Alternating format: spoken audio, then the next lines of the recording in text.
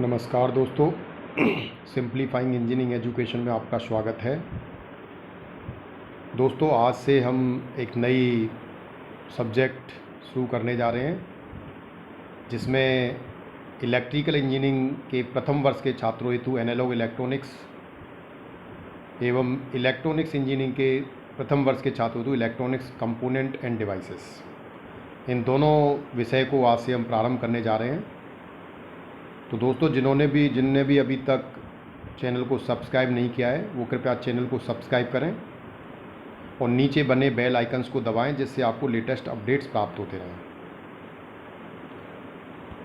मैं doctor Sonveer Singh, government polytechnic Jansath Muzaffarnagar से आपके लिए नई सीरीज़ आज से प्रारंभ करने जा रहा हूं, जो कि प्रथम वर्ष इलेक्ट्रिकल इंजीनियरिंग एवं प्रथम वर्ष इलेक्ट्रॉनिक्स इंजीनियरिंग के छात्रों के लिए ये विषय उपयोगी हैं, उनके सिलेबस में हैं।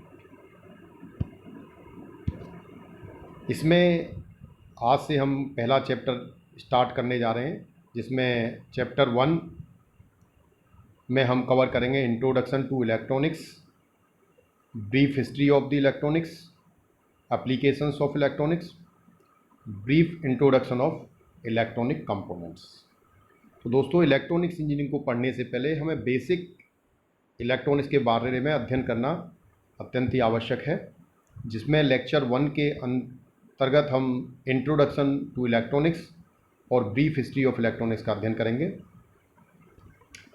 जैसा कि दोस्तों आप जानते हैं कि इलेक्ट्रॉनिक्स आज की हमारी डेली लाइफ में इलेक्ट्रॉनिक्स अत्यंत ही महत्वपूर्ण विषय है और शायद ही कोई ऐसी उपकरण या गैजेट्स हमारी लाइफ में हो जिसमें कि हम इलेक्ट्रॉनिक्स का प्रयोग ना करते हो, या इलेक्ट्रॉनिक सर्किट के द्वारा कंट्रोल कोई ऐसा उपकरण आपके पास ना हो।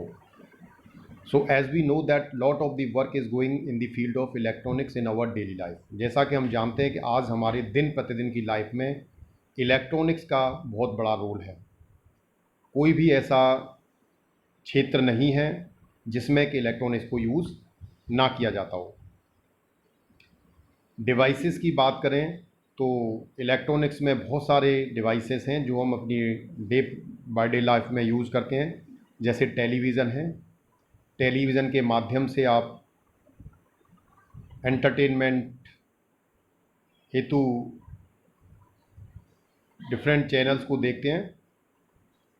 रेडियो ब्रॉडकास्टिंग में वीसीआर आज की डेट में तो ऑब्सलीट हो चुके हैं, लेकिन पहले यूज़ होते थे, जिसमें कैसेट लगा के हम कोई भी वीडियो प्ले करते थे। कोई मूवी देखना होता है, कुछ भी प्रोग्राम देखना है, वो वीसीआर के थ्रू माध्यम से देखते थे। आजकल डिजिटल का युग है, तो डिजिटल में सीडी, डीवीडी प्लेयर्स आ गए हैं। Mobile phones, these are the some devices which we basically we use in our daily life. In this session we will discuss about the electronics different branches. Electronics का अध्ययन करेंगे। Electronics कौन कौन सी branches हैं electronics की, क्या क्या applications हैं, क्या क्या कंपोनेंट्स हैं इलेक्ट्रॉनिक्स से, and different devices of electronics. These all things we will cover in this session. Electronics को जानने से पहले हमें ये जानना होगा कि व्हाट इज़ द इलेक्ट्रॉनिक्स। तो जैसा कि अगर हम इलेक्ट्रॉनिक्स को देखें तो ये दो वर्ड्स से मिलकर बना है, electron plus dynamics. Electron word plus dynamics का ICS मिला के इलेक्ट्रॉनिक्स वर्ड को बनाया गया है। इस इलेक्ट्रॉनिक्स से हमें पता लगता है कि इलेक्ट्रॉन की dynamics, that means we are studying the movement of the electrons in this particular subject. Electronics के अंदर सारा जो वर्क है, बेसिकली जो हमारा कॉन्सेंट्रेशन रहता है, वो मूवमेंट ऑफ इलेक्ट्रॉन्स पर होता है। तो इलेक्ट्रॉन्स की डायनामिक्स क्या है, क्या उसकी कैरेक्टरिस्टिक है, कैसे वो मूव कर रहा है, तो वो सारा हम अध्ययन इसके अंदर करते हैं। तो electronics means dynamics of the electrons, और will say movement of the electrons. Electrons का मूवमेंट किस तरह से होता है, उसको ही हम इलेक्ट्रॉनिक्स बोलते हैं। Electronic is a branch of science and engineering which deals with the dynamics of electrons in gas, liquid and solids under different operating conditions. यानी इलेक्ट्रॉनिक्स क्या है, it's a branch of science and engineering in which we deals with the movement of the electrons. Electrons के movement को हम basically study करते हैं, और different mediums में it may move in a gas, liquids और सॉलिड्स। किसी भी मीडियम में मूवमेंट होता है तो उसकी कैरेक्टरिस्टिक क्या होती है, डिफरेंट ऑपरेटिंग कंडीशंस में हम इसका अध्ययन करते हैं। Nowadays electronics devices are made with semi conductor material. आजकल हम देखेंगे तो जो भी डिवाइसेस इलेक्ट्रॉनिक डिवाइस बनते हैं वो सेमी कंडक्टर मटेरियल की हेल्प से बनते हैं। तो हम आगे नेक्स्ट चैप्टर में सेमी कंडक्टर डिवाइसेस को पढ़ेंगे, उसमें हम इसको बारे में डिस्कस करेंगे। Now we comes on the evolution of electronics, यानी कि इलेक्ट्रॉनिक्स का तो हमें पता लग गया कि generally we are dealing with the movement of electron. In this subject electronics में हम मूवमेंट ऑफ इलेक्ट्रॉन को स्टडी करने वाले हैं। लेकिन उससे पहले now will try to find out the what is the history of the electronics का जो पूरी यात्रा है शुरू से लेके अब तक, कैसे कैसे इसमें डेवलपमेंट हुआ, कब कब क्या क्या इसमें प्रोग्रेस हुई, वो हम सब अध्ययन करेंगे इसमें। तो सबसे पहले जो इलेक्ट्रॉनिक्स में रिवॉल्यूशन आया था दैट इज़ 1883 में Edison effect discovered by Thomas Alva Edison. Thomas Alva Edison scientist थे, उन्होंने एक एडिसन इफेक्ट दिया था जिसमें उन्होंने कहा था the electron flows from one metal conductor to another through a vacuum. उन्होंने कहा था कि इलेक्ट्रॉन एक मेटल कंडक्टर से दूसरे मेटल कंडक्टर में फ्लो कर सकता है बाय द वैक्यूम के द्वारा। अगर हम वैक्यूम क्रिएट कर दें तो जो इलेक्ट्रॉन है वो मूवमेंट करेगा एक मेटल कंडक्टर से दूसरे मेटल कंडक्टर पर। 1890 में experiment on generation of electromagnetic wave by Hertz. 1890 में हर्ट्ज के द्वारा इलेक्ट्रोमैग्नेटिक वेव जनरेट करने के लिए एक एक्सपेरिमेंट परफॉर्म किया गया था। यानी इलेक्ट्रोमैग्नेटिक वेव का जो कॉन्सेप्ट है वो 1890 में बाय हर्ट्ज के द्वारा दिया गया था। 1894 में theory of radio wave propagation by sir J C. Bose. Scientist J C. Bose थे, उनके द्वारा 1894 में रेडियो वेव प्रोपेगेशन, यानी रेडियो वेव यानी कि वो वेव जिसकी फ्रीक्वेंसी रेडियो वेव पर होती है, यानी in the range of mega hertz और किलो हर्ट्स की रेंज होती है, उसमें वेव कैसे प्रोपोगेट करती है उसके लिए उन्होंने थ्योरी ऑफ पोस्टुलेट दिए थे। 1897 में experiment on existence of electron has been done by J Thomson and H A. Lorentz. 1897 में जे थॉमसन ने इलेक्ट्रॉन्स की एग्जिस्टेंस को एक्सपेरिमेंट के द्वारा और मजबूती प्रदान करी कि there is a existence of the electrons. At the same time first electron tube was invented by Braun. उसी समय 1897 में ब्रॉन के द्वारा इलेक्ट्रॉन ट्यूब ईजाद की गई, बनाई गई। 1904 में John Fleming applied Edison effect inventing a 2 element electron tube called a diode. It is also called as ball. 1994 में फ्लेमिंग ने एडिसन इफेक्ट को एक्सपेरिमेंटली प्रूव किया था। एडिसन इफेक्ट में एडिसन ने तो केवल ये कहा था कि कोई भी इलेक्ट्रॉन एक मेटल से दूसरी मेटल में थ्रू वैक्यूम मूव कर सकता है, बट फ्लो कर सकता है। लेकिन फ्लेमिंग में इसको एक्सपेरिमेंटली प्रूव किया।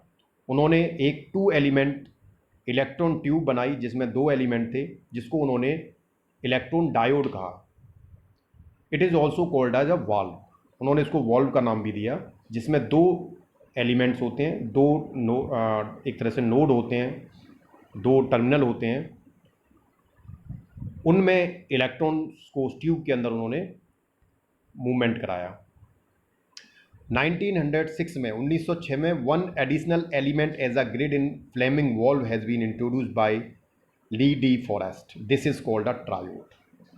यानी जो मेन रिवॉल्यूशन आया 1893 में तो एडिसन ने एक कॉन्सेप्ट दिया था। 1904 में जॉन फ्लेमिंग ने उस कॉन्सेप्ट को एक्सपेरिमेंटली प्रूव किया और एक 2 एलिमेंट का वैक्यूम डायोड ईजाद किया। ये यहाँ से एक क्रांति आना स्टार्ट हुई इलेक्ट्रॉनिक्स के अंदर। और डायोड के बाद 1906 में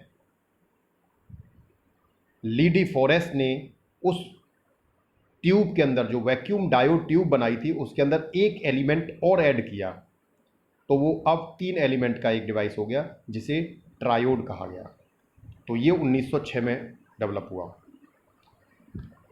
देन 1912 में first application of radio wave was introduced. 1912 में पहली बार रेडियो वेव का एप्लीकेशंस, मतलब एक तरह से रेडियो वेव का प्रयोग किया गया एप्लीकेशंस में।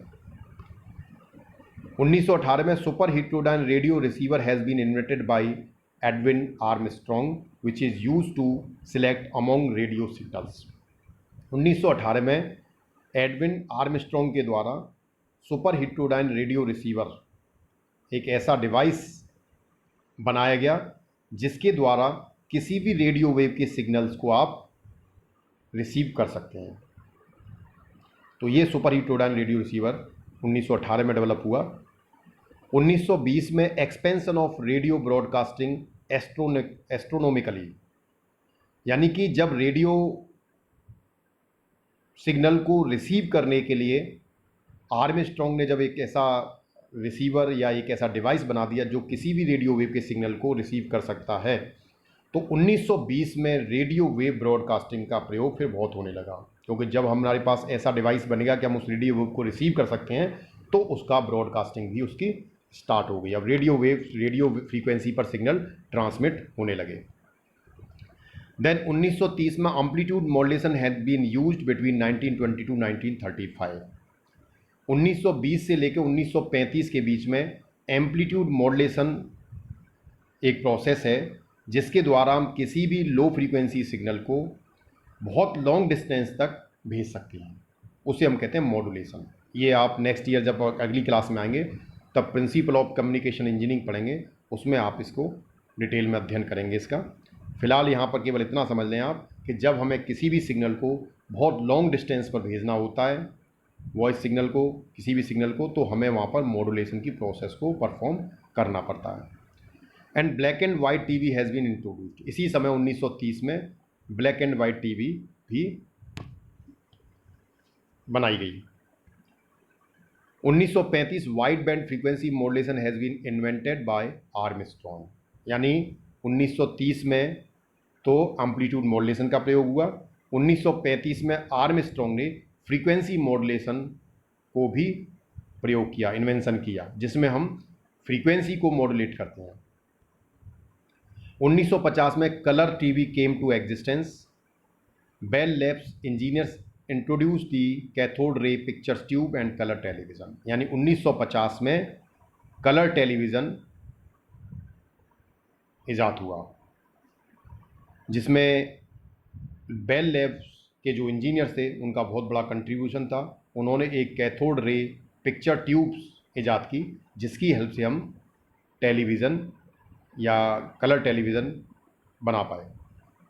This is the some real image of the Fleming valve, जो वैक्यूम डायोड फ्लेमिंग ने बनाया था, उसका जो कंसेप्ट था अगर आप देखें तो ये यहाँ पर एक एलिमेंट है जो एक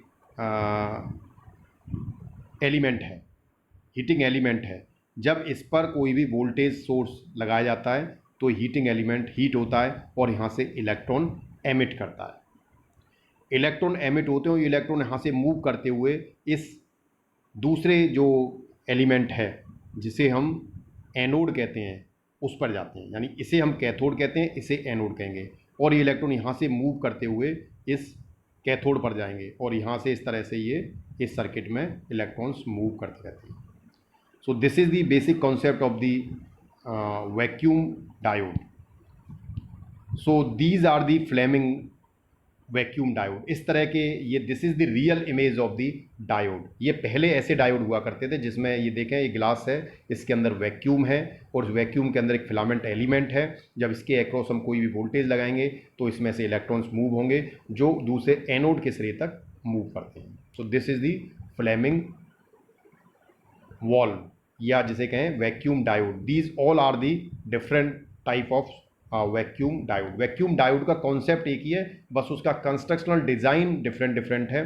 सबका देखें नीचे बहुत सारे हमने वैक्यूम डायोड शो करे हुए हैं, इन सबका डिज़ाइन डिफरेंट है, कंस्ट्रक्शन डिफरेंट है, लेकिन उसका कॉन्सेप्ट जो है वो एक ही है। Thank you, thanks for watching the video.